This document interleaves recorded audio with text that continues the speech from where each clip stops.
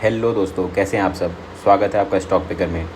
आज मैं लेके आया हूँ आपके पास एक नया आईपीओ जिसका नाम है नमो ईवेस्ट। इस आईपीओ के बारे में हम पूरी डिटेल एनालिसिस करेंगे।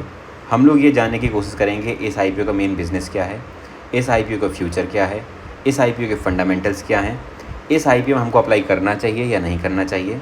अगर अप्लाई किया है और अगर ये हमारा आईपीओ अलॉटमेंट होता है तो क्या हमें इसे होल्ड करना चाहिए या फिर हमको एग्ज़िट कर देना चाहिए। इन सारी चीज़ों को मैं इस वीडियो के अंदर डिस्कस करूँगा, तो कृपया वीडियो के एंड तक बने रहें।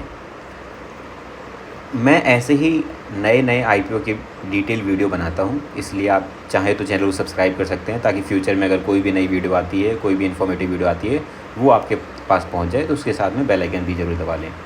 तो चलिए शुरू करते हैं बिना किसी टाइम वेस्ट करके।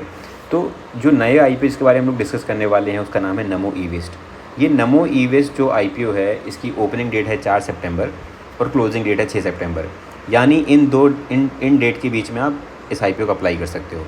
अब बात करते हैं सबसे इम्पॉर्टेंट चीज़ कि ये ई वेस्ट मैनेजमेंट कंपनी करती क्या है। तो इसका जो बिज़नेस है, जैसा है कि इसके नाम में ये ई वेस्ट को मैनेज करती है ये।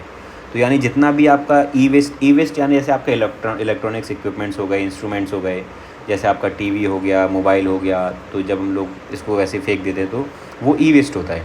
तो उसको ये रिसाइकिल करके रीयूज़ करती है।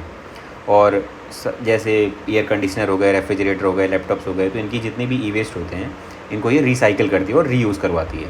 तो ये इसका मेन बिज़नेस है। देखिए, ये एक ऐसा बिज़नेस है जो एवरग्रीन बिज़नेस है। क्यों मैं ऐसा बोल रहा हूँ?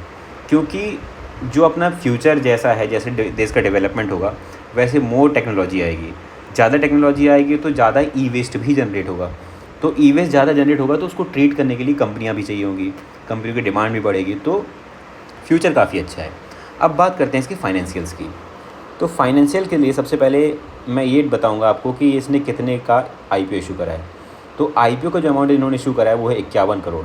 यानी 51 करोड़ काफ़ी मतलब छोटा अमाउंट है जिस पे इन लोगों ने इशू करे हैं।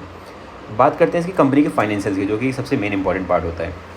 तो कंपनी ने 3 साल के रेवेन्यूज़, प्रॉफिट और बोरोइंग को रिलीज़ करा है, जिसमें देख के लग रहा है कि 2021 और 22 और 23 में ईयर ऑन ईयर इसका रेवेन्यू भी बढ़ा है, ईयर ऑन ईयर इनका प्रॉफिट भी बढ़ा है।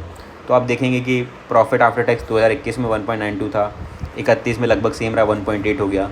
लेकिन 2022 में सेम रहा था, लेकिन 2023 में ये जाके डबल हो गया लगभग। तो और साथ में कंपनी ने एक्सपेंस भी बढ़ाया अपना, यानी कंपनी री इन्वेस्ट भी कर रही है। तो इसका मतलब ये है कि कंपनी प्रॉफिटेबल कंपनी है और ईयर ऑन ईयर वो प्रॉफिट भी दिखा रही है, रेवेन्यू भी जनरेट कर रही है और एक्सपेंस भी कर रही है। लेकिन अब हम लोग ये जानते हैं क्या ये कंपनी सही रेट पे हम लोग को मिल रही है। तो उसके लिए हम लोग जाएंगे पी रेशियो पे। पी रेशियो है 80। देखिए यहाँ पे एक कैच है, 80 पी रेशियो एक अच्छा पी नहीं होता है। तो ये एक इसका नेगेटिव पॉइंट है। यानी पी रेशियो का मतलब होता है प्राइस टू अर्निंग रेशियो। तो यानी जिस रेट पे हमको ये आईपीओ मिल रहा है उसकी जो वैल्यू है, उसकी जो प्राइस है, वो उसकी अर्निंग के हिसाब से बहुत ज़्यादा है, बहुत ज़्यादा है। तो इस वजह से ये इसका थोड़ा सा नेगेटिव पॉइंट है। लेकिन कंपनी का तो आप एक और चीज़ यहाँ पे नोटिस करेंगे कि इसकी जो टोटल बोरोइंग है वो 13.39 से 5.98 से 3.44 आ गई। यानी कंपनी बोरोइंग भी कम करती जा रही है, कंपनी प्रॉफिट भी बढ़ाती जा रही है। तो ये एक डबल साइन है इसकी तरफ जाने का। यानी कंपनी एक अच्छी है, प्रॉफिटेबल बिजनेस है, फ्यूचर भी इसका अच्छा है। तो डेफिनेटली आप इसमें अप्लाई कर सकते हैं। इवन अप्लाई करके आप इसको होल्ड भी कर सकते हैं। लेकिन जो इन्वेस्टर्स सेफ खेलना चाहते हैं और जिनका आईपीओ लग जाता है, तो उनको मैं रिकमेंड यही करूँगा कि आप टाइम से निकल जाएं, टाइम से प्रॉफिट लें और निकलें और दूसरे में अप्लाई करें। आज के लिए नमो ईवेस्ट के बारे में इतनी ही जानकारी। बाकी और ऐसे ही वीडियो, इन्फॉर्मेटिव वीडियो की जानकारी पाने के लिए आप मेरे चैनल को सब्सक्राइब कर सकते हैं। धन्यवाद।